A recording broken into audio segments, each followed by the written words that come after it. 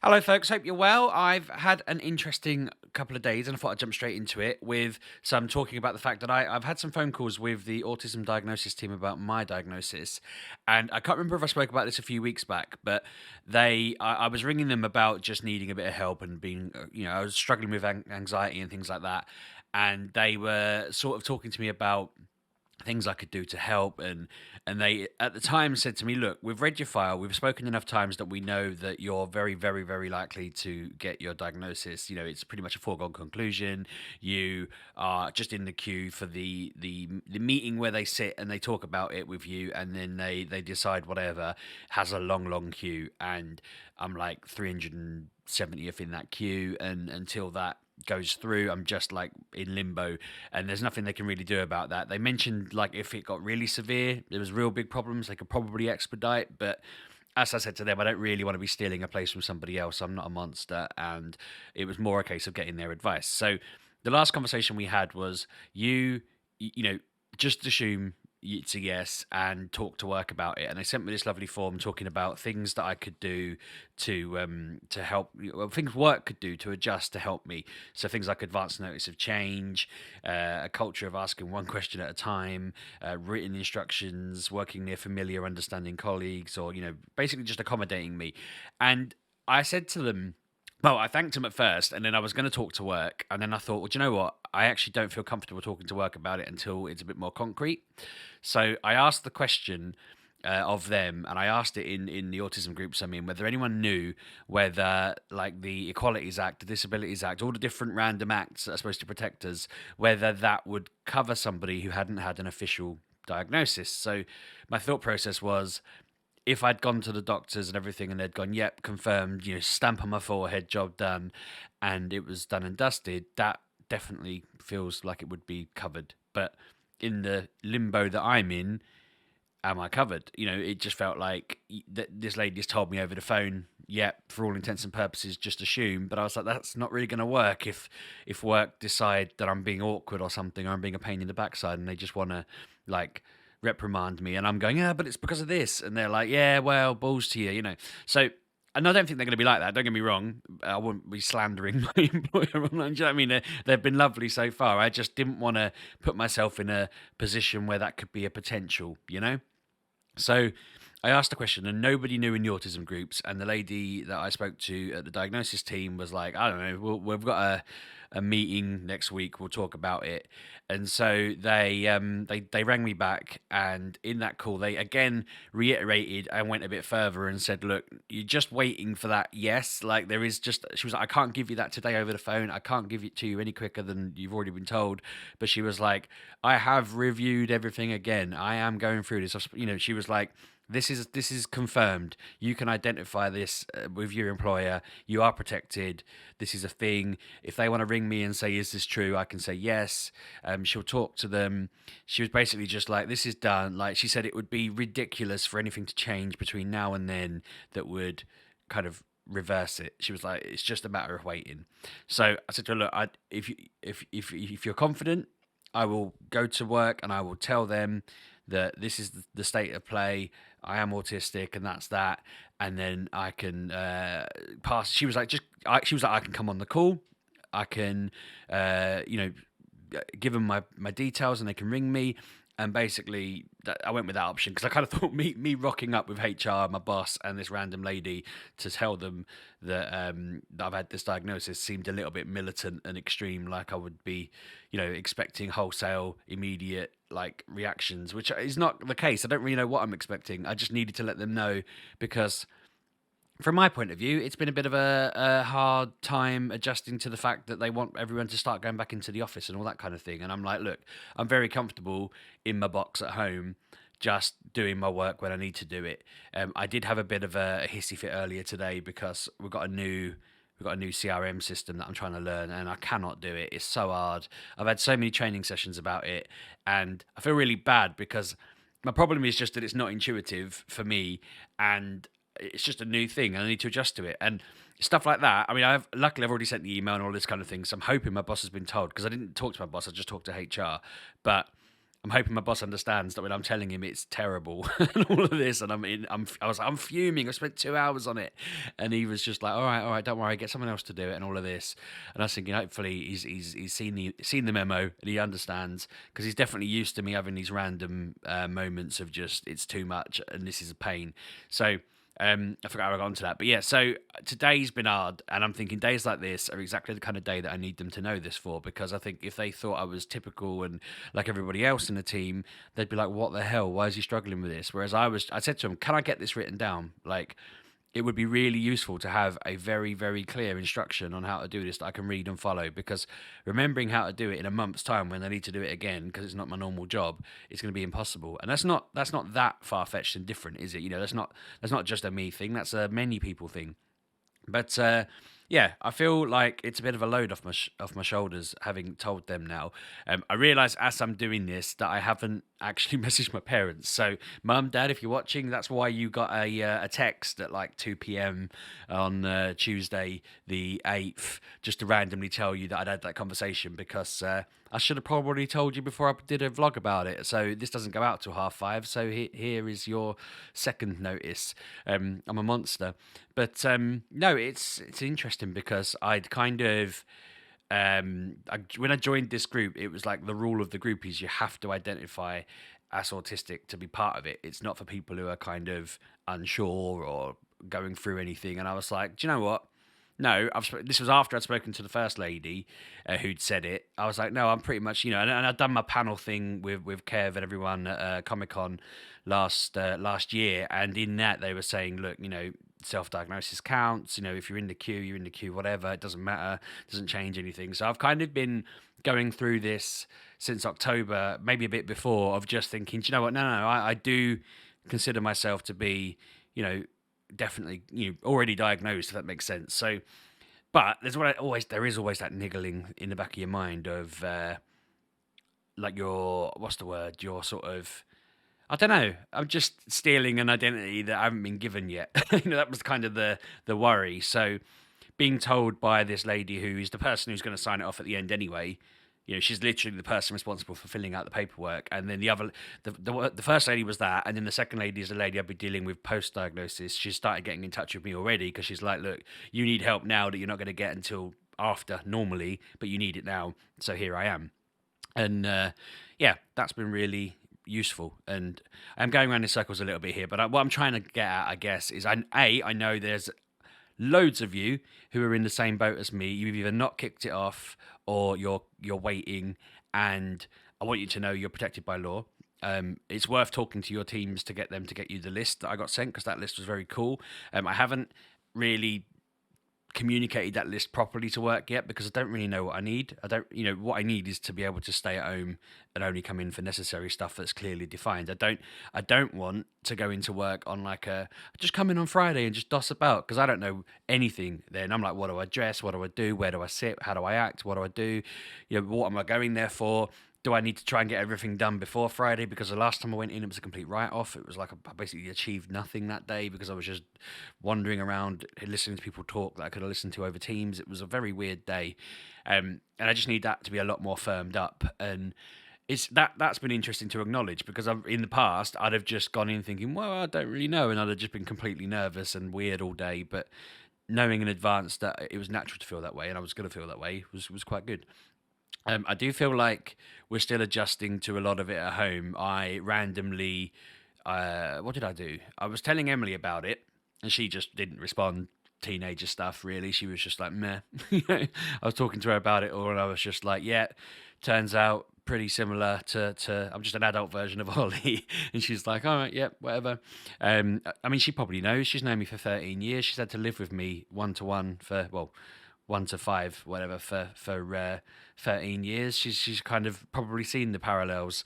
I did mention it to Ollie when he was having his bad day the other week, and he was talking about hitting out. I said, I don't go around hitting people. I know it probably doesn't help, but I kind of wanted him to understand that I've grown out of it. I didn't say it like you shouldn't do either, but it was more of a I understand, and I'm realizing a lot of historic times when I've made an absolute hash of a situation, and I tried to just empathize with him in a way that was saying, look, you'll learn, you'll get out of it, you definitely will.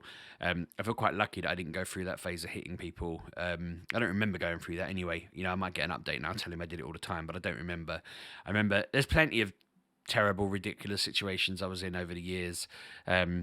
And do you know what? This is going to sound weird, and I hopefully a lot of you will empathise. I was hoping a lot of me would feel like, okay, I feel less bad about it now. I know that I was just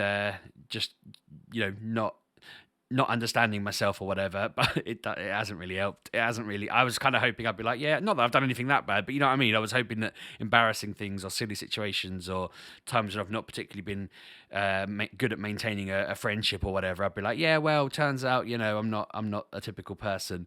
But actually I'm just like, no, it doesn't, yeah. It might have been useful to know then to avoid pitfalls, really. But I've spoken to Ollie, I've spoken to Emily. I won't speak to Ben. It doesn't seem relevant to a 4-year-old.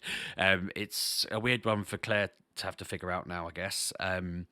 I've been feeling really weird for the past week for lots of different reasons, and the past 24 hours. I get this every now and again anyway, but it's really hitting me at the moment. And being more aware of what it is, having spoken to more people and that kind of thing, I'm very hypersensitive to like sound. Normally I don't feel cold at all, but I've been feeling cold. I reckon I'm coming down with something, to be honest, but I feel cold. I feel really like sound is making me feel mad. That's why I spoke to Emily in the end, because yesterday before my stream, I was trying to have a kip. I think I was just tired and a bit run down. And she was singing, and it just sounded like she was screaming in my face, even though she was like the other side of the house, and everything in the room was noisy, and I just felt ridiculous. And I used to just think this was the motion sickness from playing games or the other bits and bobs that were happening or whatever. And now I know it's just like a sensory overloady type thing. And I think what was causing it is in the room just next to this wall, our I don't know if it's our washing machine suddenly smells really damp. It's just gone damp over the past 24 hours. And the smell of that was just killing me a bit. And then the stressing about writing this email to work was winding me up a bit. And I think just the little chips of things like that. And then I decided I needed to lie down. And the noise from M was just... I felt really guilty because her singing was lovely. And I text her going, you're singing a bit loud. And she just texts back, sorry, haha, And then I text back again going, it's like you're screaming in my face. And she just like sent back a K. And she didn't stop. And I was like, she probably just sung slightly quieter. And I thought, what is he on about? So today I had to explain to her that it wasn't her. And her singing was very nice. It was just, I felt like I was being daggered to death from it. Weirdly, once I got on the stream and I had my headphones on and that, I just felt a bit calmer, and things went away over time. We were tidying my Pokemon storage up. It was a very weird stream. People wanted me to do my Pokemon admin on stream, so I just sat and did that. I don't really understand people. This was a suggestion people wanted to do, and I had a little crowd of people sat there watching while I went through and put them in Pokedex order. I think we got 170 in before I was like, are you lot still interested in this? Shall we do something else? And everyone was like, yeah, let's do something else now. And I just thought, I don't really get it, but fine. I don't really... Yeah, that's another thing I need to figure out more of now. And now I understand why I don't get people. I just thought I was different. I was chatting to my friends earlier saying we've had a lot of new starters, and they're all saying like their interests are things like long walks and netball and sport. And I'm like, God, they sound so boring. And all my friends are like, they sound great. That sounds completely normal. I'm like, no, it sounds terrible. Walking somewhere with no destination and no aim or, reason to walk just seems like the worst idea ever. I don't want to do that. They're all like, we did that when we were away. That was something we did on our... I'm like, yeah, but it was weird. I was thinking, I'll come on this walk because eventually we'll arrive at a pub and I'll have a laugh in the pub with you all. And it'll be fun to just hang out and we saw sheep and stuff. But if I was going to go for a walk now, I'd need to walk somewhere specific. I can't just go for a walk around town. That's why I like playing Pokemon, because that's what I do. Then I catch the Pokemon. But I'm learning that, yeah, apparently to all my friends who are quite typical and regular people, that seems like a perfectly reasonable thing for them to do. Whereas to me, it's like, I don't know. I'm not saying that's an autism thing. I'm just saying that's firmly, I'm quite rigid with this. This is me being inflexible, I guess. I don't find it fun, therefore it can't be. But I'm trying to figure out what is me and what isn't. I think it's probably where I'm getting at there, and that's probably more me. But because saying that, one of my friends, I'm almost certain, is also on that spectrum, and he likes it. He quite enjoys it, and he was one of the ones ranting about it the most. But yeah, no, it's been an interesting. It's been an interesting, like however long it's been, 6 months plus. I mean, it's been. When I was writing the email, I realised it's been going on for like pre-COVID. I sort of said to the HR lady, I was like, pre-COVID, we started the process, sorry, and obviously COVID slowed it down quite a bit, and it's mad to think it's been nearly 2 years. We've been over 2 years, and we're not really any closer to an official final piece of paper or anything, but we are at this point where it's verbally done. So yeah, it's been cool. I'm going around in circles. So I'm just going to stop for that bit. If you've got any questions, let me know. If you need any answers on how to do it or what to do it or what, I genuinely don't know what happens next. Other than that, life's just been pretty weird over the weekend. I've not done very much. I've been quite tired. I think, as I say, I'm getting a bit like run down, and I feel like this is a good confirmation that a lot of the times in life where I've kind of gone off the deep end and changed jobs or whatever has probably been burnout. That's been an interesting learning curve.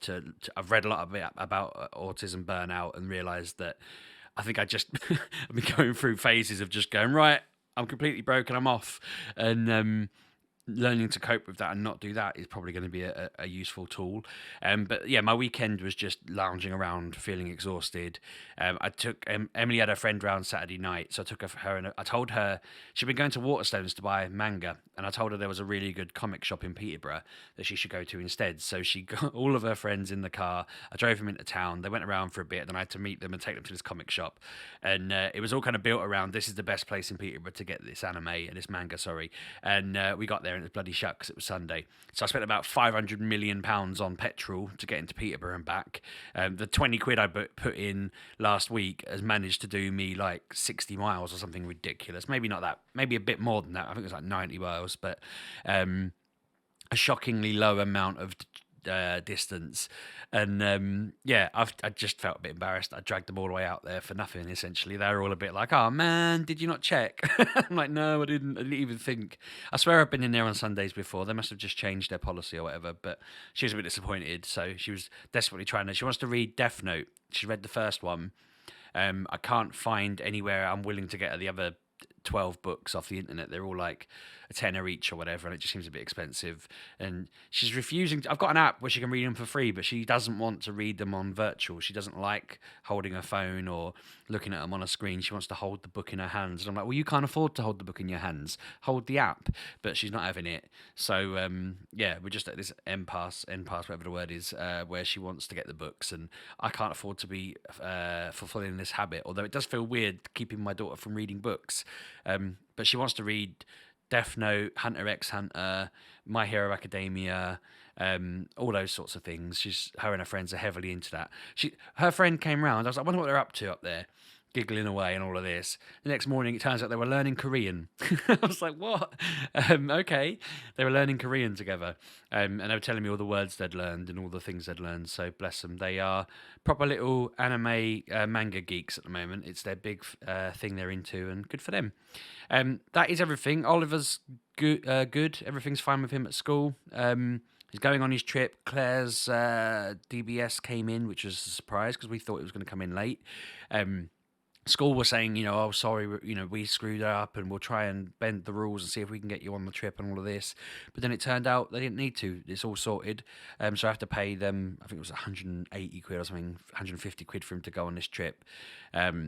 We're worried because he said I'm going to have to come up with the mother of all bribes to make sure that he goes to bed when it's bedtime, because we think he'll be so excited about playing that he won't want to transition to everyone's gone to bed and he's in his separate room with his mum. Even though he said that's what he wants to do, when he had the choice of staying with his friends, with his mum, or coming home, he chose the mum option because he considers that he'll be able to sit on his iPad and play games in bed and then go to bed, or he'll be able to read, whereas if he was with his friends, he'd have to go to sleep when they did and all of this. So we're like, right, that's quite clever. You thought ahead. But yeah, I'm excited he's getting to go, and it means there's going to be, I don't even know how long, 2 days maybe? It might just be an overnight thing. I don't really know.